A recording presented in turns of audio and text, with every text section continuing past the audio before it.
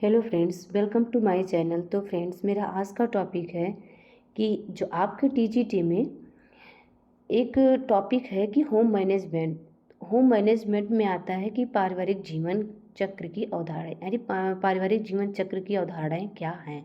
तो इसके बारे में हम लोग आगे देखते हैं। देखिए, पारिवारिक जीवन, सबसे पहले हम देखते हैं कि पारिवारिक जीवन चक्र की अवधारणा को मतलब किसने दिया है। तो इसके इतिहास के बारे में थोड़ा जानते हैं कि जैसे राउंड्री महोदय ने दिया। वो कहाँ के रहने वाले थे? इंग्लैंड की। ओके, अब देखते हैं कि पारिवारिक जीवन चक्र से होने वाली सभी आवश्यकताओं तुलनात्मक विवरण प्रस्तुत किया। तो हमें क्या जानने की ज़रूरत है कि सबसे पहले हम जानते हैं कि उन्होंने क्या बताया कि पारिवारिक जीवन चक्र से होने वाली सभी आवश्यकता यानी तुलनात्मक विवरण क्या दिया? तुलनात्मक विवरण प्रस्तुत किया। अब किस प्रकाशन में किया? तो प्रकाशन जब पूछता है तो यॉर्क पत्रिका। क्या? यॉर्क पत्रिका। यानी किसके माध्यम से दिया? जैसे आपसे पूछा जा सकता है कि ऑडियो या वीडियो किसके माध्यम से दिया गया, तो आपको बताना है। जैसे फिगर विद्या में दे दिया गया तो उसमें आपको बताना है कि चित्र के माध्यम से प्रस्तुत किया। ओके, जिसमें जिसने उसमें दिया कि बच्चे मुख्यतः परिवार पर निर्भरता व अनिर्भरता किस तरह परिवर्तित होती रहती हैं। तो कहने का मतलब ये है कि बच्चे सबसे ज़्यादा किसके बारे में दिया गया कि बच्चे जो हैं कि परिवार पर किस प्रकार निर्भर होते हैं, किस प्रकार अनिर्भर, इन सब के बारे में हम लोग जानकारी करेंगे। अब देखिए, सबसे पहले किसने दिया कि ग्राहम क्रैंडल ने क्या कहा कि परिवार दो संबंधित छोटे छोटे व्यक्तियों से प्रारंभ होता है। किससे होता है? दो संबंधित छोटे छोटे व्यक्तियों से प्रारंभ होता है।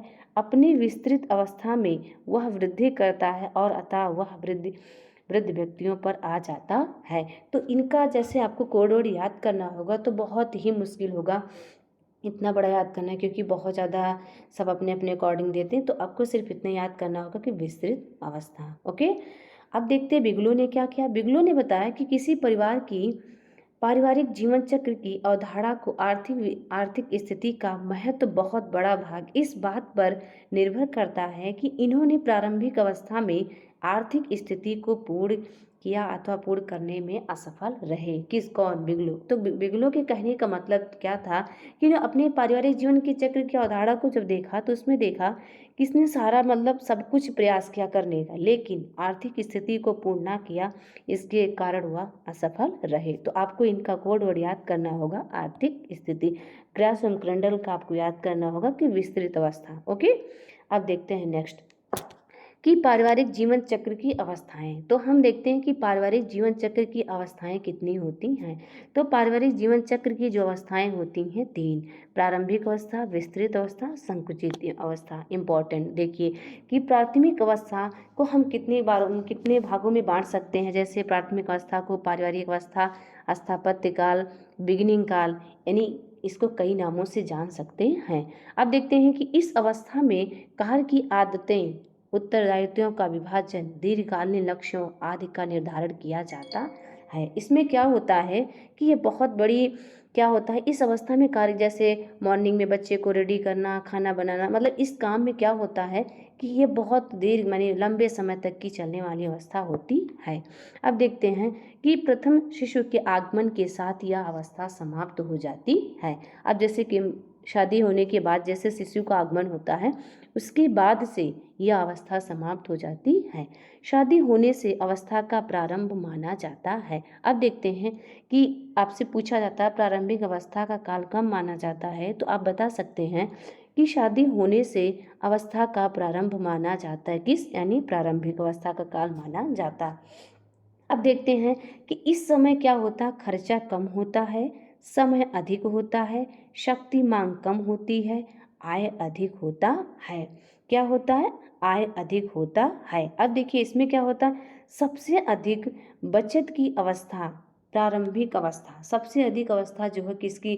बचत की किस अवस्था को माना जाता है? देखिए, क्योंकि इसमें समय अधिक होता है और शक्ति की मांग भी कम होती है और आय अधिक होता है, इसलिए इस अवस्था को, प्रारंभिक अवस्था को सबसे अधिक बचत की अवस्था माना जाता है।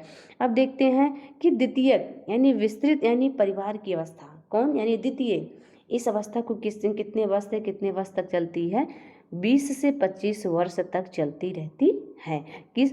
अब ये क्या होता, अब यहाँ पे था कि शिशु के आगमन, अब यहाँ के शिशु के आगमन के पश्चात यानी द्वितीय अवस्था का प्रारंभ यानी वृद्धि की अवस्था मानी जाती है। सबसे महत्वपूर्ण अवस्था यही मानी जाती है और इसको मानते हैं फिर यह सबसे लंबी चलने वाली अवस्था होती, सबसे खर्चीली भी होती है, क्योंकि हमने बताया कि प्रारंभिक अवस्था में क्या होता है, शिशु का आगमन हो जाने के बाद वह अवस्था समाप्त हो जाती।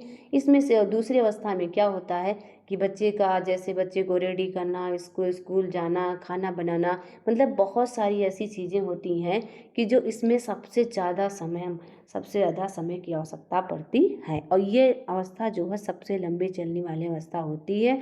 और इसमें सबसे ऑब्वियसली बच्चे का एडमिशन होगा, बच्चे का फीस है देना, घर के सारे वो देखना, तो इसमें क्या होता है, ये सब चीज़ें जो होती हैं ये विस्तृत अवस्था मानी जाती है, ये यानी सबसे खर्चीली अवस्था मानी जाती है। अब नेक्स्ट देखते हैं कि द्वितीय अवस्था को कई अवस्थाओं में विभाजित किया गया है, यानी 4 भागों में। प्रारंभिक अवस्था को देखा, अब द्वितीय अवस्था को देखने के बाद इसको 4 भागों में बांटा गया। दिस इज़ वेरी इंपॉर्टेंट, आपको नोट करना है, क्योंकि कभी कभी ये पूछ लिया जाता है कि किस अवस्था को सबसे लंबी अवस्था माना जाता है, तो आपको क्या बताना होगा, द्वितीय अवस्था। अब देखिए, शिशुपालन एवं स्फूर्त पूर्व अवस्था क्या होती है, शिशुपालन एवं स्कूल पूर्व अवस्था क्या होती है, स्कूल पूर्व अवस्था। अब फिर हो गया प्राथमिक प्रारंभिक स्कूल अवस्था यानी कम खर्चीली। क्या होता है कि जो आपकी प्राथमिक प्रारंभिक अवस्था वो कम खर्चीली होती है, लेकिन उच्च स्कूल अवस्था, कॉलेज महाविद्यालय अवस्था यानी सबसे ज़्यादा खर्चा होता है। अब देखिए जब प्रारंभिक होता है तो उसमें बच्चे का क्या होता है, कम खर्चा होता है, लेकिन कॉलेज महाविद्यालय अवस्था में सबसे ज़्यादा खर्चा माना जाता है। अब इसमें क्या होता है, दिस इज़ वेरी इंपॉर्टेंट, आपको सबसे ज़्यादा नोट करने की ये ज़रूरत है। देखिए कि इसमें क्या होता है, इसमें समय की मांग अधिक होती है, क्योंकि एक टाइम पे कई काम करने होते तो ऑब्वियसली मुझे टाइम ज़्यादा चाहिए।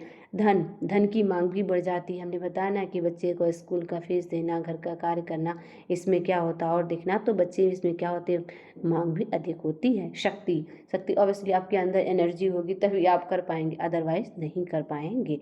आय मतलब रिसोर्सेज, यानी आपके घर में जैसे पैसे होने चाहिए, नहीं पैसे हैं तो कैसे काम होगा, यानी इसमें दिस इज़ वेरी इंपॉर्टेंट, आपको नोट करने की ज़रूरत है। इसमें क्या होता है कि समय की मांग भी अधिक होती है, धन की मांग भी अधिक होती है, शक्ति की मांग अधिक होती है, आय की मांग भी अधिक होती है। अब देखते हैं कि तृतीय अवस्था, यानी तृतीय अवस्था संकुचित परिवार की अवस्था, इनको क्या कहा जाता है, खाली घोंसला।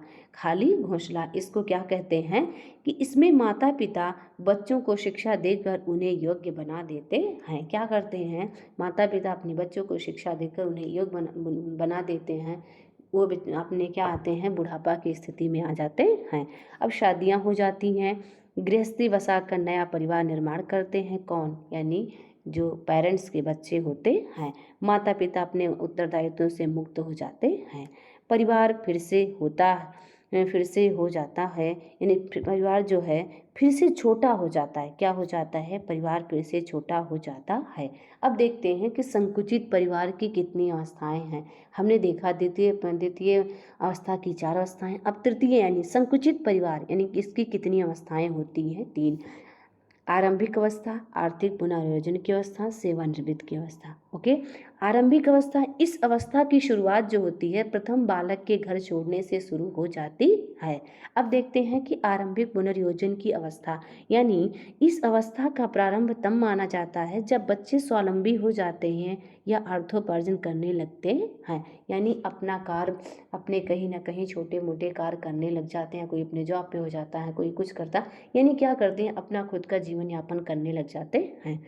अब सेवानिवृत्त की अवस्था, इस अवस्था में शक्ति एवं धन की काफ़ी कमी हो जाती है, कोई खर्चा भी नहीं होता इसमें, शक्ति एवं धन की काफ़ी कमी हो जाती है, परंतु वृद्ध दंपति के पास समय की कोई कमी नहीं होती है।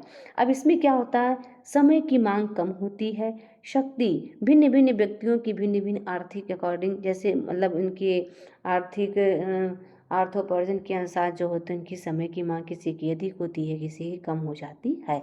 धन कम इसमें लगता है। इम्पोर्टेंट, पारिवारिक जीवन चक्र की कुल अवस्थाएं कितनी दिस इज़ वेरी इंपॉर्टेंट, इसको नोट कर लीजिए, ये कहीं ना कहीं पूछा जाता है एवरी एग्जाम में।